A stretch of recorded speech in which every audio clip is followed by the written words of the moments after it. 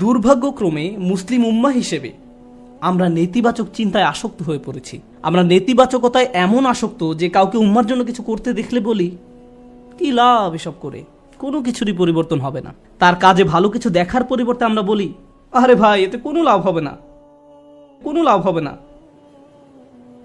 অমুক অমুক সমস্যাগুলোর তো কোনো সমাধান হয়নি। ফিরে আসো, আমাদের সাথে নেগেটিভ ক্লাবে যোগ দাও, তুমি এত পজিটিভ চিন্তা কেন করো? অর্থাৎ কাউকে পজিটিভ দেখলে আমাদের কেমন যেন একটা গা জ্বালা করে। জিনিসটা তো এরকম হওয়ার কথা নয়, কেন আমরা তাকে আবার নেগেটিভ জগতে ফিরিয়ে আনছি না? দুঃখজনকভাবে কখনো কখনো এই মনোভাব এমন মানুষদের মাঝে দেখা যায় যাদেরকে আমরা অনুসরণ করি, যেমন পিতামাতা। যখন একজন পিতা সবসময় নেতিবাচক চিন্তা করেন, যখন মা সবসময় নেগেটিভ চিন্তায় ডুবে থাকেন, কিভাবে সেই পরিবারে কৃতজ্ঞ ছেলে মেয়ে বেড়ে উঠবে? তারা যদি আপনাকে সবসময় অভিযোগ করতে দেখে, সব সময় আপনাকে দুঃখ ভারাক্রান্ত দেখে, আপনার বাচ্চারা যদি আপনাকে কখনো কোনো কিছুর জন্য কৃতজ্ঞ হতে না দেখে, কার কাছ থেকে তারা কৃতজ্ঞতা শিখবে? এমন অনেক মুসলিম আমার কাছে আসে যারা নিজেদের ধার্মিক মুসলিম হিসেবে পরিচয় প্রদান করে না। আমি আপনার কিছু ভিডিও দেখেছি, কিন্তু আমি আসলে কখনো মসজিদে যাই না।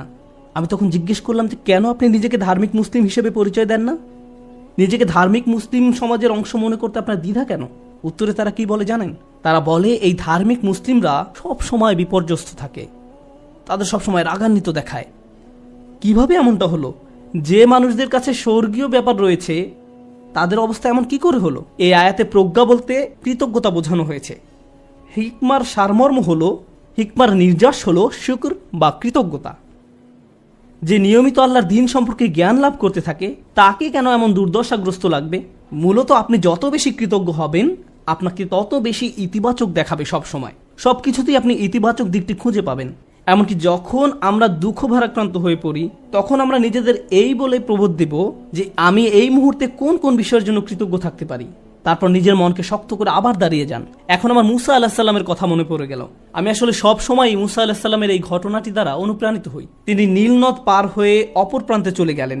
তার সাথে বনি ইসরায়েলের হাজার হাজার মানুষ, আর সবাই ঘরবাড়িহীন, নিঃস্ব। তার উপর তারা মরুভূমিতে বিচরণ করছেন। তাদের মাথার উপর কোনো ছাদ নেই। পুরুষ, নারী, শিশু, বৃদ্ধ সবাই হয়তো কষ্টে কান্নাকাটি করছে। আমরা এখন টেক্সাসের 100 ডিগ্রি ফারেনহাইট তাপমাত্রায় 20 মিনিট থাকতে পারি না, বলে উঠি আমাকে এখনই বাসায় যেতে হবে। আর তারা মরুভূমিতে বাস করছেন। এখন মুসা আলাইহিসসালাম তাদেরকে শান্ত করার লক্ষ্যে তাদের উদ্দেশ্যে বক্তব্য দিবেন। তিনি তাদেরকে বললেন, লা ইন শাকারতুম লা আযীদান্নাকুম, যদি তোমরা কৃতজ্ঞ হও আমি তোমাদের বাড়িয়ে দেব। আমি ভেবেছিলাম যে তিনি তাদের ধৈর্য ধরা নিয়ে খুতবা দিবেন, কিন্তু না, তিনি তাদের উদ্দেশ্যে কৃতজ্ঞতা নিয়ে খুতবা দিলেন। কেউ হয়তো বলতে পারে, আরে আমরা কি নিয়ে কৃতজ্ঞ হব? আবহাওয়ার অবস্থা দেখেছো, আমাদের বাচ্চাদের অবস্থা, আমরা ক্ষুধায় কাতর, গায়ের জামাটা ছাড়া আর কোনো জামা নেই, আমাদের কোনো খাবার নেই। কৃতজ্ঞ কিসের জন্য কৃতজ্ঞ হব? আপনি যদি একটু থেমে চিন্তা করেন, কারণ ফেরাউনের বাহিনী তোমাদের হত্যা করতে পারেনি, অথবা তোমরা ডুবে যাওনি, অথবা তোমরা এখন আর মিশরীয়দের দাস নও, তোমাদের বাচ্চাদের আর জবাই করা হচ্ছে না, তোমাদের মহিলাদের আর নিপীড়িত জীবনযাপন করতে হচ্ছে না, চোখের সামনে মহিলাদের নির্যাতিত হওয়ার দৃশ্য আর পুরুষদের দেখতে হচ্ছে না, তোমরা এই সব কিছুর জন্য কৃতজ্ঞ নও? অভিযোগ করছো? কৃতজ্ঞ হওয়ার জন্য আপনি সব সময় কিছু না কিছু খুঁজে পাবেনই। সব সময় এমন কিছু পাবেন যা আরও খারাপ হতে পারত। সুতরাং এই ধরনের প্রজ্ঞা নিয়ে বেঁচে থাকা খুবই কঠিন।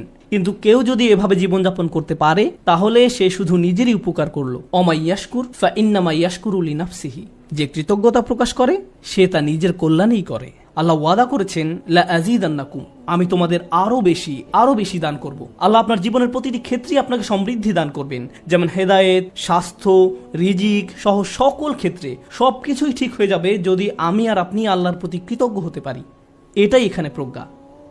তারপর তিনি বলেন, ওমান কাফারা ফা ইন্নাল্লাহা গানিয়্যুন হামিদ, আর যে কৃতজ্ঞ হয় আল্লাহ অভাব মুক্ত। আল্লাহ হলেন গানি এবং হামিদ, তিনি ধনী এবং প্রশংসিত। অর্থাৎ আপনার প্রশংসা তার দরকার নেই, মানুষের প্রশংসার দরকার হয়, কিন্তু আল্লাহর প্রশংসার দরকার নেই। কিছু মানুষ বলে, কেন আমি তার প্রতি কৃতজ্ঞ হব? তোমাদের প্রভুর কেন এত প্রশংসা দরকার হয়?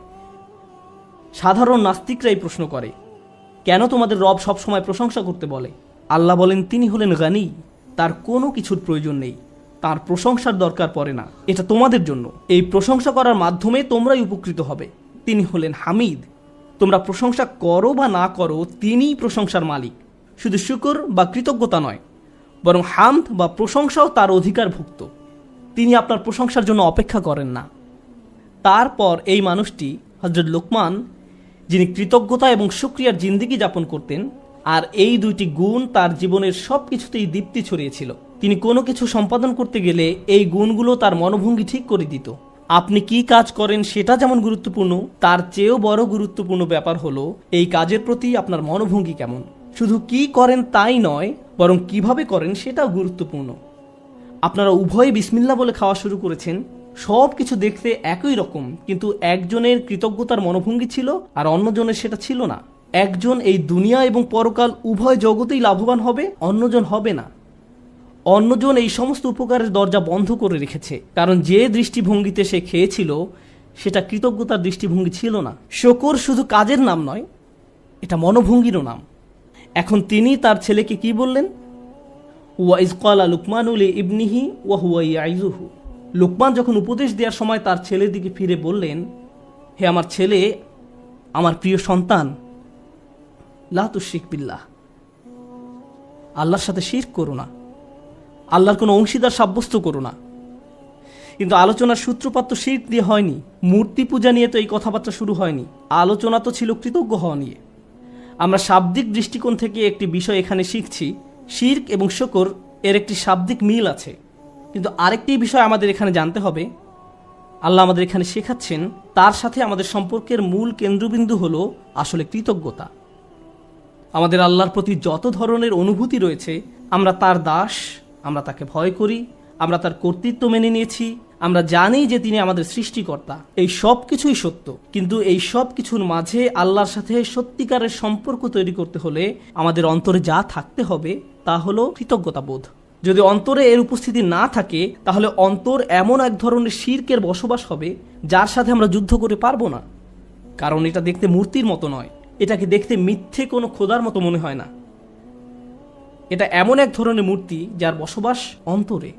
তো তিনি তার সন্তানকে বলেন, আল্লাহর সাথে শিরক করো না, আল্লাহর প্রতি অকৃতজ্ঞ হয়েও না বলার পরিবর্তে তিনি এই কথা বললেন, কারণ তিনি যেহেতু মনে করেন কৃতজ্ঞ হওয়াই আসলে প্রজ্ঞা, আল্লাহর পাশাপাশি কোনো কিছুকে স্থাপন করো না। আমরা এটা কিভাবে বুঝব? লুকমান তার ছেলেকে আসলে কি শিক্ষা দিচ্ছেন?